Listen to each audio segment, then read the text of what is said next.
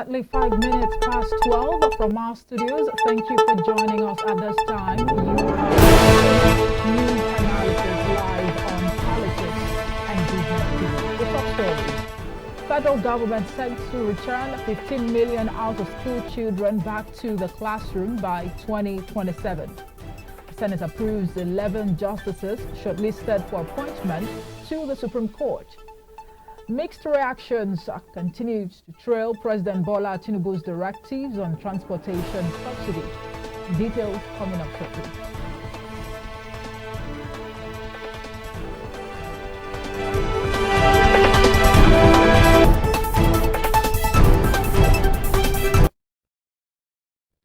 Right, welcome back. I am Omohefe Osemere. The federal government has expressed a commitment to return 15 million out-of-school children back to the classroom by 2027. The Minister of Education, Professor Tahir Maman, disclosed this in Abuja at a one-day retreat on quick wins in the ministerial deliverables 2023 to 2027.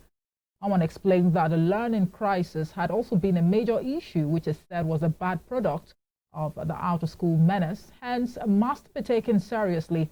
He stressed that having robust policies was not enough to tackle the challenges, but delivering on the policies would go a long way in addressing the problems of out-of-school children. The minister further said Tinubu had approved the reintroduction and implementation of school feeding across basic educational levels. To other matters, the Nigerian Army Council has promoted a total of 47 brigadier generals to major generals. Also, 75 colonels were elevated to the rank of brigadier general. The Punch newspaper reports that the promotion is coming after the retirement of 113 generals on Wednesday. However, a statement on Friday by the Director, Army Public Relations, Brigadier General Onyema Wachuku, said the council also approved the promotions of the senior officers yesterday. He noted that the Chief of Army Staff, Lieutenant General Taurid Lagbaja, urged them to redouble their efforts to justify the elevation and the confidence reposed in them. The Senate has okayed 11 justices shortlisted for appointment to the Supreme Court. The confirmation of the 11 justices came a day after the Senate received a letter from President Bola Tinubu requesting the screening and confirmation of the justices. Recall that the Senate had on Wednesday referred the nominees to its Committee on Judiciary, Human Rights and Legal Matters for vetting. The committee's report was considered and adopted by the Senate plenary yesterday. The chairman of the committee, Senator Tahir Mongunu, while presenting his panel report, said the nominees possessed the requisite qualifications and experience to sit on the Supreme Court bench, adding that there were no petitions against them. You're watching news analysis live on Politics and Business TV. Still to come, Central Bank of Nigeria says it is investigating collusion between the banks and point-of-sale operators over the lingering cash scarcity in the country. Details of this and more after the break.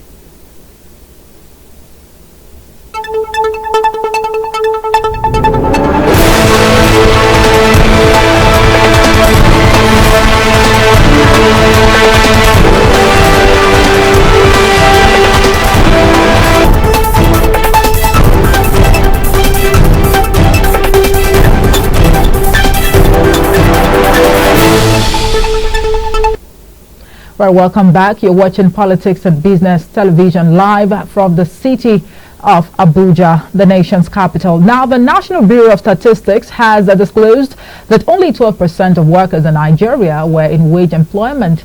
According to NBS, this is because 88% of workers in the country are self-employed. This was contained in a report titled Nigeria Labour Force Statistics Report, second quarter of 2023, which was released yesterday by the NBS. The report also revealed that total unemployment in the period stood at 4.2% as of the second quarter of 2023. The statistics body defined unemployment rate as the share of the labor force, which makes up the combination of unemployed and employed people who are not employed but who are actively searching and are available for work. In other news, the Central Bank of Nigeria says it is investigating the collusion between banks and point-of-sale operators over the lingering cash scarcity in the country. It said this in a statement titled, "The CBN cautions banks, POS operators over availability of the Naira, provides digital feedback box to address complaints" yesterday. The statement said the attention of the Central Bank of Nigeria has been drawn to alleged cases of collusion between some deposit money banks and point-of-sale operators, affecting the availability of cash and disrupting the seamless circulation of the Naira. The CBN has therefore warned banks and POS operators to desist from such activities, as relevant sanctions shall be meted out to those found wanting. Now, in the spirit of Christmas and the end of year festivities, we brought you a report yesterday where the President Bola Ahmed Tinubu on Wednesday this week directed a 50% cut in land transportation fares, and this actually commenced yesterday, December 21st, and is built to end on the January 4th, 2024 across the country. But the President also approved zero fare for train transportation in all the states of the Federation within the same period. Now, this is in recognition of the economic situation of the country, which according to reports that President is working very hard to turn around. However, this directive has been greeted with mixed reactions. The Nigerian Union of Teachers, amongst others, lauded the package as a welcome development. However, the Nigeria Labour Congress (NLC) has dismissed President Bola Ahmed Tinubu's cut in transport fare by 50% for interstate travelers and free train ride during the Yuletide celebrations. The Nigeria Labour Congress and Trade Union Congress faulted the initiative, describing the federal government as confused. Joining us now to discuss the justification or otherwise of this development is Adefolarin Olamilekon, a political economist and a lead researcher at Pol Eco Analytics. Good afternoon, and thank you so much for joining us on News Analysis. Thanks for having me. Right. Before now, some Nigerians had actually expressed concerns, of course, with the fact that there's been a scarcity when it comes to accessing cash. Exactly. So there's been a question as to whether or not we're going to be having a Merry Christmas or Harsh Christmas. Exactly. So it appears the President probably, kept tabs on the concerns, that Nigerians have, expressed over the weeks. And one would say that this directive that he has actually given came at the right time. Expectedly, it came at the right time in the sense that people are looking onto the government for something that will be very dearing to them, and the government look at the side and look at, okay, this could be a very good one for the people. But the big reaction that followed it up was that is the arrangement of this transportation, particularly the land transport, talking about automobile transport, moving from Lagos to Port Harcourt, or moving from Port Harcourt to Abuja, or from here to Benue or Kano, Sokoto, and the rest of them. That is where the mixed feeling comes down. How would the government be able to arrange? Because majority of the transporters are private individuals. The ones that are under unions or the one under big-time transport company, they are very few. And if you see the directive and the memo that came out from the presidency, it listed the number of vehicle transport companies that will be engaged in about 22, luxury buses and the rest of them. So what about those ones that are not in the category of luxury buses or armor buses that we normally have? What about those ones in the Sharon buses or the 14-seater buses that are not Sharon and the rest of them? So you begin to ask a question: how would this really work when we have the chunk of the people who are going to be traveling? They may not even patronize registered transport company that the government have listed. They would rather patronize roadside or the one that will just enter a particular park controlled by NURT, and they will enter and go. So the arrangement is where the people are very suspicious. Will this really work? Or is another means whereby some people just want to make money out of the government, which I personally have expressed in other platforms that this could be a means where people will just make money from the government. They can come with a very high screening amount that we have made so amount, because currently right now the transportation fare has gone up. Right. From Abuja to Lagos is now 40,000 there. So how much is the 50%? That is 20,000. With that company will be sincere enough to say it's going to charge the people 20,000 and the government is going to pay them 20,000. And again, we need to ask, are the government make advances to them? Because some of them, they want to see and believe, because they don't want to, all the bureaucratic around presidency or around the government to but we understand that efforts have already been concluded, plans have already been concluded, rather, to ensure a seamless, how will I put it, flow of communication between the passengers and, the owners of these transport companies. Definitely, there is communication between the people and the owners of the company. Well, is there communication between the company and the government? You know the way the bureaucracy of government works, it works slowly. By the time they want to be getting their money, maybe it will be first quarter of next year.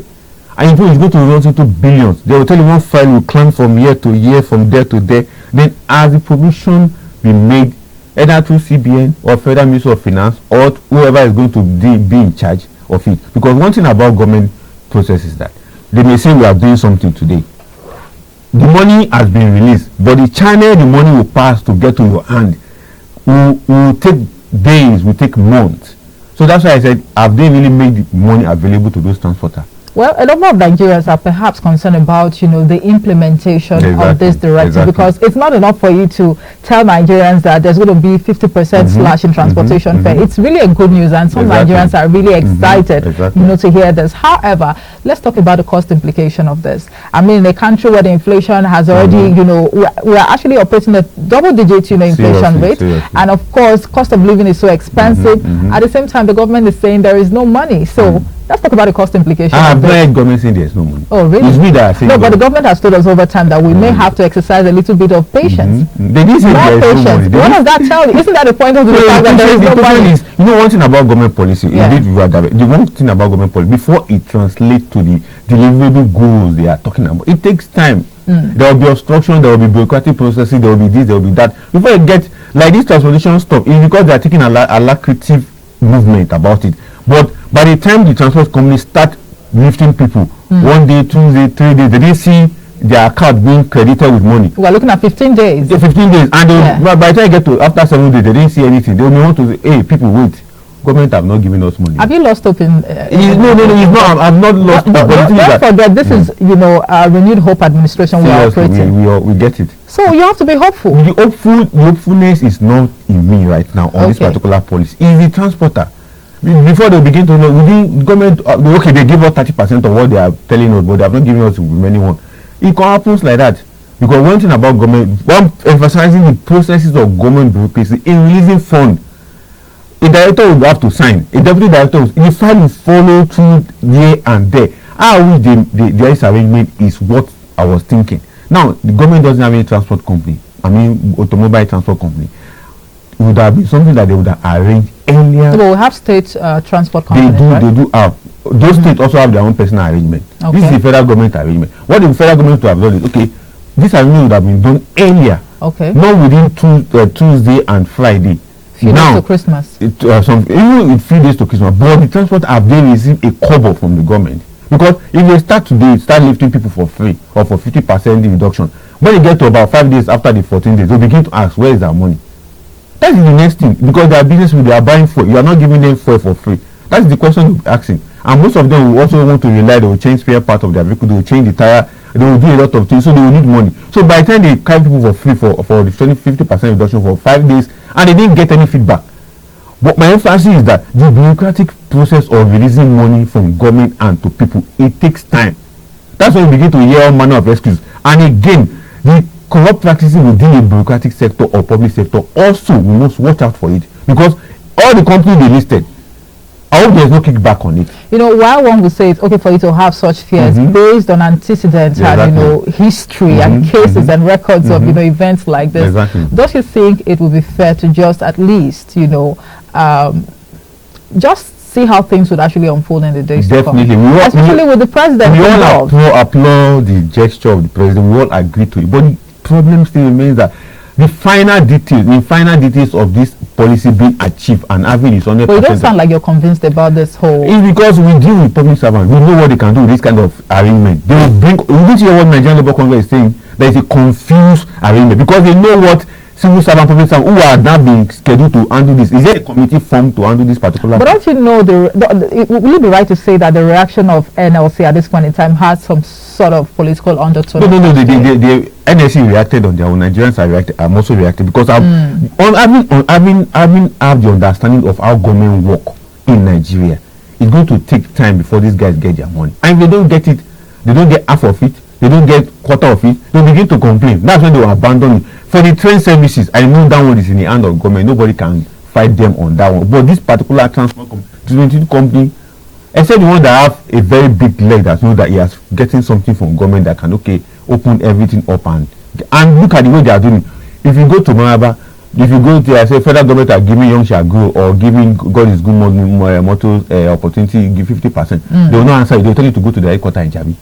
That is where it is taking place. You can see now, somebody that is in Maraba want to go to Lagos, he will now move to Jabi. By the time you get to Jabi, that's where the process will take place. So we must understand all this, even though the government didn't open up on all the routine of how this will work. But for some of us that understand how government work, we're only pointing out that if this thing happen like this and it's not happen like this, we may not get or the objective or what we are trying to set for ourselves. That is just introducing some sort of subsidy on transportation, especially at this time, is a step in a good direction, just like some Nigerians have said. However, say Nigerians have finding it difficult at this point in time. You talked about the train station, that okay, the federal government can actually control that one. Yes, of course. We do not expect to see some sort of exploitation. Seriously. But at the same time, because I was able to have a chat with someone who is actually on her way from the train station at in Warri Delta State, coming to Itakbe in Kogi State, and according to her, in fact, the population of people she saw there, she was overwhelmed. At some point in time, she almost turned her back, like, I'm not even embarking on this journey today. And then she was able to gather that some Nigerians are even saying that, look, with the stress and everything, because they were supposed to get these tickets online, and the site is having some sort of issues. So it makes the whole process quite cumbersome. So now some Nigerians are saying that, please, let's just go back to status quo. I'll rather pay to get my ticket and avoid all of this stress and travel with ease. I think if the government said the train service is free, what's the need of ticket again? No, you must actually get the ticket. No. The thing is this: if you are paying, you go and get the ticket. Do they create platform for free ticket on their website? They didn't do that. I actually benefited from this free train ride in 2021 under the former administration, under former President Muhammadu Buhari. We were actually given ticket. I was really surprised when I got there, because I got there early, so it wasn't really stressful for me to get a ticket. But I actually observed that it was really a very good gesture. However, with time, people started trooping in. That like what happened and then at the end of the day, we had passengers standing on board the train, almost, up through the journey. Now, what I'm trying to point out is, the ticketing process is very important. It's important, but not online. But if you get the one that you travel with online, you got it. No, I got it. Yes. Now, what would I do? The development of getting tickets online. That one should be out of it. They should get physical pass, not just pass, free pass to enter the train. So with that free pass, everybody will enter. But one thing about free lunch is that everybody wants to partake in the free lunch, and that's what the government have done. So the free lunch, heard of Awuf the Rumbele? The Rumbele, and the Rumbele comes but once. So the Rumbele is that a lot of people, even people that doesn't want to travel for any purpose, now let me enter this train for the first time. Let me. I think because we are Nigerians, we are citizens. Let's enjoy the dividends of democracy at work. So for me, I think for the train, they would have made a pass. Small paper, it will cost them, even just to be cutting it out small and be given to people and enter, instead of creating opportunity, challenges on the internet and the rest of them. But don't you think that is another way of, addressing this issue of racketeering? Because even at the train station, there's a lot of racketeering going on there. Even before the free launch of train ride comes, we have been racketeering about the train ticket. But what I'm trying to point at this point, that it's more like an urgency way of trying to reduce cost of transportation in Nigeria. Government just have to create opportunity. I think that's why we need thinking people who can think ahead for the government and for agencies of government. In this regard, now, okay, there's going to be a free ticket. We don't need to bombard our platform on the internet with anything. We just create a A4 paper write-up and in front on the pass, and everybody will pass through. What we should be more careful is the security implication of people entering those trains. Right. Are they checked? Are they surveillance around the train so that we will not have bandits and kidnappers joining people and take advantage of that? So I think that's where I'm most concerned. But when you talk about this free aspect, free paper to allow them to enter is easy, and it will be cost less. But the internet platform they are going, but before you know it now, they will tell you they are spending over 500 million naira to maintain an internet facility that nobody knows much about. You made a very, very vital point when you talked about the security checks and all of that, because you recall that was it early last year that that train route was actually attacked? Exactly. And I took my time to do some sort of background search. I actually followed the train route recently, and I had to indulge some of the officers that were on board the train at the time. Do we now have surveillance cameras? That's because Nigerian Railway Corporation promised that they're going to use surveillance cameras. Of course, cameras have been installed, but I really cannot tell you. Well, are they often that's another question. Up to date, whereby we now have a control room, or what we call in media the MRS room, where we will be monitoring every individual. That even the one that enter toilet in the train, we monitor how we enter. Do we have that installed in the railway section, or that connected to the national security architecture of the country? That's the question we'll be asking, because there is need for us to advance to that level. Indeed. Other countries have done that, and they have done it very, very well. Adefolari, now with all of these, points that you've cited, it goes to tell you that the aim of this transportation or subsidy on transport could be defeated. Definitely, the government doesn't know how to take advantage of what they have done. It's a good policy, louder policy, all of us applaud. But when you are carrying out policy, there are different aspects of the policy. The implementation of the policy, that's one thing. The target goal of the policy, that's another. Then what the implication of the policy on the overall economy of the country is another thing. And that's where that was like, because of the mistrust in governance in Nigeria over the years, people don't trust government for anything. Even people that are doing business with government, they don't trust the government, because at the end of the day, you are doing business with government. Before they can release your money, it will take a long time. Do you trust the government? I don't trust government. That speaks volumes, Adefolari. Yes, because you know why I don't trust government? Because different interests work on government. The interest that government wants generally may not be the interest that I prefer. So that's why the mistrust comes in. This train service they are talking about now, you can look at what other transporters who are not benefiting from this like are talking about. Or is it the only 22 transport companies that are better than others?